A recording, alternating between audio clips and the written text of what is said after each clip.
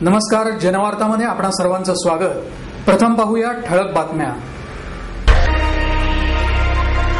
चित्रकारांनी डॉक्टर बाबासाहेब आंबेडकरांचं व्यक्तिमत्व विविध अंगांनी शोधावं, चित्रपट दिग्दर्शक जब्बार पटेल यांचं मत। शब्दांशी अनेकदा खेळलो, परंतु आजही निसर्ग शब्दात सापडत नाही, ना.धो. महानोर यांचं प्रतिपादन। पुणे स्थानिक स्वराज्य संस्था मतदारसंघातून राष्ट्रवादी काँग्रेस पक्षाच्या वतीने नगरसेवक अनिल भोसले यांनी उमेदवारी अर्ज भरला। केंद्र सरकारचा निषेध करण्यासाठी राष्ट्रीय स्वयंसेवक संघाच्या वतीने जिल्हाधिकारी कार्यालयावर निदर्शनं। शामराव विठ्ठल सहकारी बँकेच्या 100व्या शाखेचं उद्घाटन सिने अभिनेते आणि बँकेचे ब्रँड अँबॅसेडर प्रशांत दामले यांच्या हस्ते होणार। आणि मीडिया टुडे ग्रुपच्या वतीने पुण्यात प्रथमच लँडस्केप अँड गार्डनिंग एक्स्पोचं आयोजन। भारतीय घटनेची रचना, जातीव्यवस्थेविरुद्ध संघर्ष आणि आवडीने व्हायोलिन शिकणं ही कामं एकाच वेळी करणाऱ्या डॉक्टर बाबासाहेब आंबेडकर यांच्या व्यक्तिमत्वाचा वेध चित्रकारांनी आपल्या चित्रातून घ्यावा, असं आवाहन ज्येष्ठ चित्रपट दिग्दर्शक जब्बार पटेल यांनी केलं। एस.एम. जोशी फाउंडेशनच्या वतीने आयोजित चित्रकार आणि सामाजिक बांधिलकी कार्यशाळेत ते बोलत होते। यावेळी डॉक्टर बाबासाहेब आंबेडकर अकथित सत्य या चित्रपटाच्या संदर्भाने चित्रकारांशी जब्बार पटेल यांनी गप्पा मारल्या। बाबासाहेब आंबेडकर यांच्यावर चित्रपट बनवताना त्यांचा बुद्धिवादी पद्धतीने केलेला संघर्ष मांडणं आवश्यक होतं। वेद आणि 18व्या शतकातील बाबासाहेबांची चळवळ याचा संबंध दाखवण्यासाठी जगदविख्यात चित्रकार जॉन फर्नांडिस यांनी 8 चित्र काढून दिली। या चित्रांच्या साहाय्याने चित्रपटाची सुरुवात होत असल्यानं बाबासाहेबांचा लढा कशासाठी होता हे स्पष्ट झालं। हे चित्र काढण्यासाठी त्यांनी 19व्या शतकातील महाराष्ट्रातील संदर्भ चित्रांचा वापर केला। टूथपेस्टची किंमत किती असावी यापासून ते मूलभूत हक्कांपर्यंतचा विचार करून आंबेडकरांनी रात्र जागून देशाचं संविधान लिहिलं। राजकीय बैठकांमध्ये व्यस्त असतानाही त्यांनी केवळ व्हायोलिन शिकण्याची वेळ झाली म्हणून त्यांनी या बैठका संपवल्या आहेत। व्हायोलिन हे एकट्याने वाजवण्याचं वाद्य असून एकटेपण दूर करण्यासाठी त्यांनी मुंबईतील नाना साठे यांच्याकडून व्हायोलिन वाजवायला शिकले। यातून त्यांचं वेगळेपण दिसून येतं। स्वातंत्र्यपूर्व काळात देशातल्या अनेक मोठ्या नेत्यांचे व्हिडिओ संदर्भासाठी उपलब्ध आहेत, मात्र बाबासाहेब आंबेडकर यांच्या केवळ 3.5 मिनिटाच्या चित्रफिती उपलब्ध होत्या। त्यावरून त्यांच्या इंग्रजी शैलीचा अभ्यास केला, असंही पटेल यांनी यावेळी सांगितलं। एस.एम. जोशी फाउंडेशनचे सचिव सुभाष वारे यांनी कार्यक्रमाचं प्रास्ताविक केलं।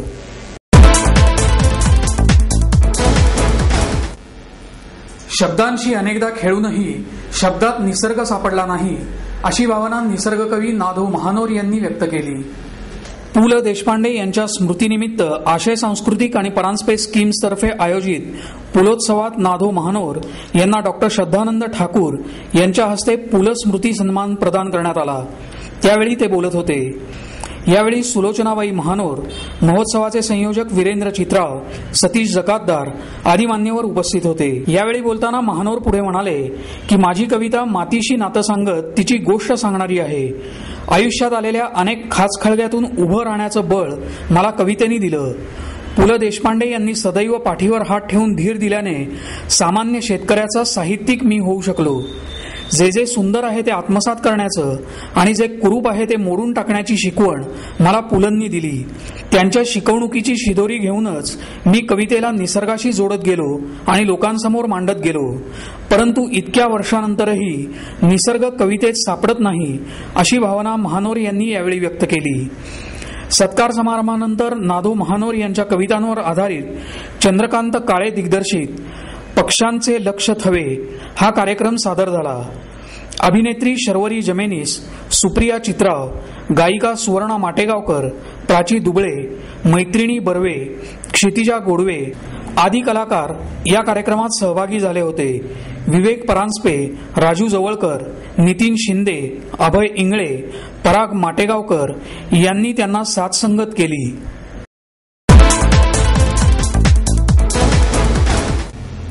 विधान परिषदेच्या निवडणुकीसाठी राष्ट्रवादी काँग्रेसच्या वतीने अनिल भोसले तर भारतीय जनता पक्षाच्या वतीने चंद्रशेखर भोसले यांचे अर्ज जिल्हाधिकारी कार्यालयात सादर। राष्ट्रवादीचे उमेदवार अनिल भोसले यांनी आपला उमेदवारी अर्ज अप्पर जिल्हाधिकारी गायकवाड यांच्याकडे दाखल केला। यावेळी जिल्हाध्यक्ष सुरेश घुले, पुण्याचे महापौर मोहनसिंग राजपाल, पिंपरी चिंचवडचे महापौर योगेश बहल, जिल्हा परिषद अध्यक्ष सविता दगडे, आमदार वंदना चव्हाण, बापू पठारे, राष्ट्रवादीचे प्रवक्ते अंकुश काकडे यांच्यासह अनेक नगरसेवक, काँग्रेसचे जिल्हाध्यक्ष देविदास भन्साळी यांच्यासह अनेक कार्यकर्ते मोठ्या संख्येने उपस्थित होते। भोसले यांचे वडील शिवाजीराव भोसले सन 1986 आणि 96 असे 2 वेळा विधान परिषदेवर निवडून गेले होते। गेले 8 महिने भोसले हे या जागेसाठी प्रयत्नशील आहेत। अखेर त्यांना उमेदवारी मिळवण्यात यश आलं। आपल्या उमेदवारीबद्दल जनवार्ताशी बोलताना ते म्हणाले, राष्ट्रवादी काँग्रेस आघाडीतर्फे आदरणीय साहेब, आदरणीय दादा, आदरणीय सुप्रियाताई, प्रदेशाध्यक्ष मधुकरजी पिचड, माणिकरावजी ठाकरे या सर्वांनी मला उमेदवारी देऊन या ठिकाणी शहरातील ग्रामीण भागातील युवकांना एक चांगलं संदेश देण्याचं काम पक्षातर्फे झालेलं आहे। ही नवीन जबाबदारी पार पडत असताना या मतदारसंघात आदरणीय साहेबांनी नेतृत्व केलेले आदरणीय भेगडे साहेब असतील, आदरणीय विभा पाटील, कलासचिव विभा पाटील असतील, नंतर माझे वडील असतील, या सर्वांनी या मतदारसंघाचं प्रतिनिधित्व केलेलं आहे। या मतदारसंघातील ज्या जिल्ह्यातील नगरपालिका, महानगरपालिकेच्या दृष्टीने, विकासाच्या दृष्टीने आम्ही नक्कीच आपण आतापर्यंत सहकार्य करत आलेलो आहे। या नवीन जबाबदारीतून आम्ही महानगरपालिका येणाऱ्या निवडणुकीच्या निमित्त एक सर्वात जास्त नगरसेवक असलेला पक्ष म्हणून आम्हाला निवडून दिलं आणि भविष्य काळात आम्हाला येणाऱ्या निवडणुकीला एक सत्ता मिळवण्याचं काम आम्हाला करायचं आहे आणि माझे सर्व सकल महापौर असतील, जिल्हा अध्यक्ष असतील, शहर अध्यक्ष असतील, वंदनाताई, हे सर्व अजून एकत्र येऊन राष्ट्रवादी काँग्रेस पक्षाच्या सत्तेच्या निमित्त आम्ही सर्वांना कामकाज करणार आहे, लोकांच्या समस्या सोडवणार आहे। याच मतदारसंघातून भारतीय जनता पक्ष आणि शिवसेनेच्या युतीने मावळमधील जिल्हा परिषद सदस्य चंद्रशेखर भोसले यांना उमेदवारी दिली आहे। त्यांनीही आज आपला उमेदवारी अर्ज दाखल केला। यावेळी भारतीय जनता पक्षाचे शहराध्यक्ष आणि आमदार गिरीश बापट, आमदार माधुरी मिसाळ, आमदार नीलम गोरे, चंद्रकांत मोकाटे, महादेव बाबर, पदवीधर मतदारसंघाचे आमदार बच्चू पाटील, नगरसेवक अनिल शिरोळे, माजी आमदार शरद ढमाले, नगरसेवक मुरलीधर मोहोळ, नगरसेविका मुक्ता टिळक, शिवसेना गटनेते श्याम देशपांडे यांच्यासह अनेक कार्यकर्ते मोठ्या संख्येने उपस्थित होते। चंद्रशेखर भोसले यांचा विधान परिषदेकरता उमेदवारी अर्ज दाखल केलेला आहे। या फॉर्म भरण्याच्या कार्यक्रमाला जिल्हा, शहर, पिंपरी चिंचवडमधून सर्व भाजप सेनेचे पदाधिकारी, आमदार, नगरसेवक, नगर परिषद सदस्य, जिल्ह्याचे प्रमुख कार्यकर्ते, शहराचे प्रमुख कार्यकर्ते उपस्थित होते। भाजप सेना मिळून चंद्रशेखर भोसले यांची आम्ही जिद्दीने निवडणूक लढवणार आहोत आणि या निवडणुकीमध्ये आपल्याला चमत्कार पाहायला मिळेल।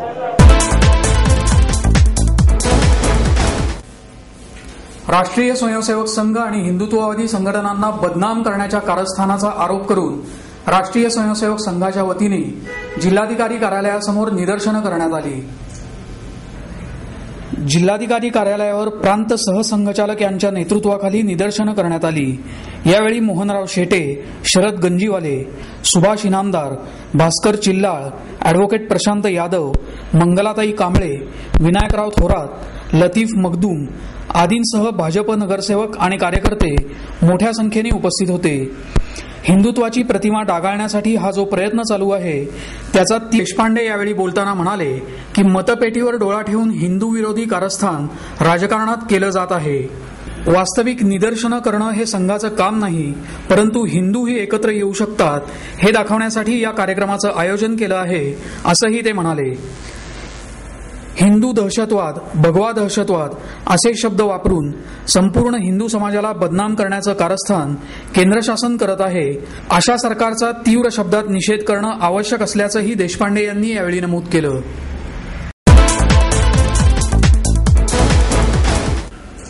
शामराव विठ्ठल सहकारी बँकेच्या 100व्या शाखेचं उद्घाटन बिबेवाडी इथे ज्येष्ठ अभिनेता आणि बँकेचा ब्रँड अँबॅसेडर प्रशांत दामले यांच्या हस्ते होणार असल्याची माहिती बँकेचे उपाध्यक्ष सुरेश हेमाडे यांनी पत्रकार परिषदेत दिली।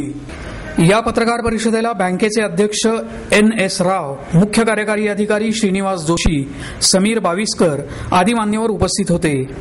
सध्या बँकेचा एकूण व्यवसाय 9,650 कोटी रुपयांचा असून बँक लवकरच 10,000 कोटींचं उद्दिष्ट पार करेल असा विश्वास यावेळी त्यांनी व्यक्त केला. शामराव विठ्ठल बँक ही सहकारी बँकिंग क्षेत्रातील 3ऱ्या क्रमांकाची बँक असून महाराष्ट्रासह कर्नाटक, गोवा, दिल्ली, आंध्र प्रदेश आणि गुजरात या राज्यात बँकेच्या शाखा आहेत. लवकरच केरळ आणि हरियाणा या राज्यातही बँक व्यवसायाचा विस्तार करणार आहे असंही त्यांनी सांगितलं. उच्च तंत्रज्ञानाचा अंगीकार, परकीय चलन सेवा, ATM या सर्व सेवा सुविधा देण्यात बँक अग्रेसर असल्याचा दावा करून हेमाडे पुढे म्हणाले, शामराव विठ्ठल कोऑपरेटिव्ह बँक 104 वर्ष जुनी असून 27 डिसेंबर 1906 मध्ये सुरू झाली होती आणि आता आज आमच्या 99 शाखा आहेत आणि उद्या आमची 100वी शाखा ओपन होते बेबेवाडीला.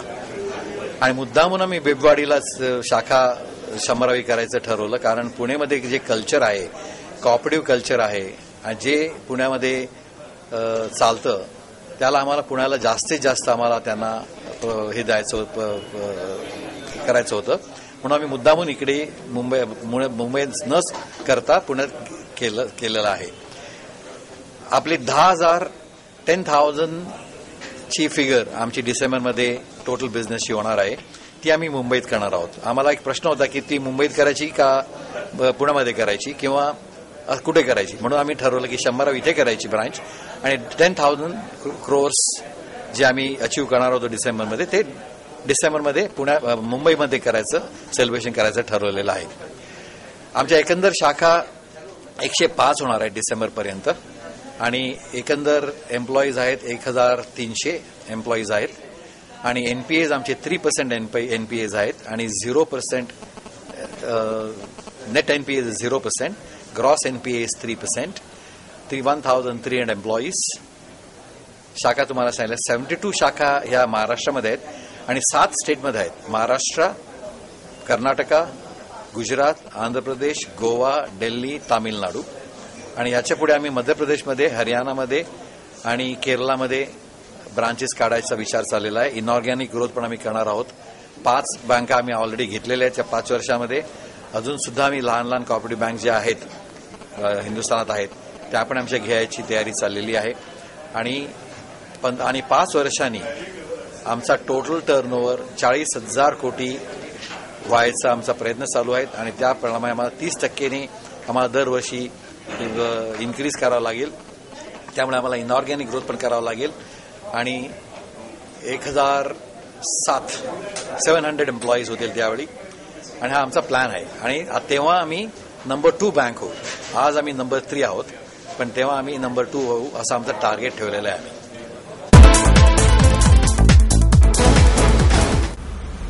मीडिया टुडेच्या वतीने पुण्यात प्रथमच लँडस्केप अँड गार्डनिंग एक्स्पोचं आयोजन करण्यात आल्याची माहिती सराफ नक्वी यांनी पत्रकार परिषदेत दिली. हे प्रदर्शन 12 ते 14 नोव्हेंबर दरम्यान येरवडा इथल्या डेक्कन कॉलेजच्या मैदानावर भरवण्यात येणार आहे. सकाळी 10 ते संध्याकाळी 7 या वेळेत नागरिकांसाठी हे प्रदर्शन खुलं राहणार आहे. या प्रदर्शनाच्या निमित्तानं भरवण्यात येणाऱ्या स्टोन आर्ट एक्स्पोमध्ये या क्षेत्राशी संबंधित 70 दालनांचा समावेश आहे. या प्रदर्शनाचं उद्घाटन महापौर मोहनसिंग राजपाल यांच्या हस्ते सकाळी 10 वाजता होईल. प्लांट, प्लेस अँड पीपल या विषयावर 2 दिवसाची परिषदही होणार आहे. यात शहरातील सार्वजनिक ठिकाणे, उद्याने याचा दर्जा सुधारण्यासाठी नियोजन करून लोकांचं राहणीमान उंचावण्यावर प्रकाश टाकणे हा या परिषदेचा उद्देश आहे. सभी पुनावासियों को मैं इनवाइट करना चाहूंगा लैंडस्केप और गार्डनिंग एक्सपो में और जिसके साथ में स्टोन आर्ट एग्जीबिशन हो रही है. ये भारत की एकमात्र इस प्रकार की एग्जीबिशन है जहां लैंडस्केप आर्किटेक्ट्स, स्टोन के आर्टिस्ट और नर्सरीमैन ये सब मिलकर एक साथ आपके एनवायरनमेंट को खूबसूरत बनाने, आपकी जिंदगियों में ग्रीनरी लाने के लिए कोशिश करते हैं. हम सब मिलकर आपको वो चीजें दिखाएंगे जो आपने सुनी तो होंगी, शायद सुनी भी ना हो. जिस प्रकार वर्टिकल गार्डन्स, टेरेस गार्डनिंग, अनेक प्रकार के पौधे, पेड़ पौधे, फूल, स्टोन के अलग अलग प्रकार के ऐसे ऑब्जेक्ट्स जो आपके घरों को सुंदर बना सकते हैं, साथ ही साथ उन घरों के अंदर जिंदगी भी ला सकते हैं. और इस एग्जीबिशन का उद्घाटन श्री हमारे मेयर साहब करेंगे, पुणे के मेयर साहब.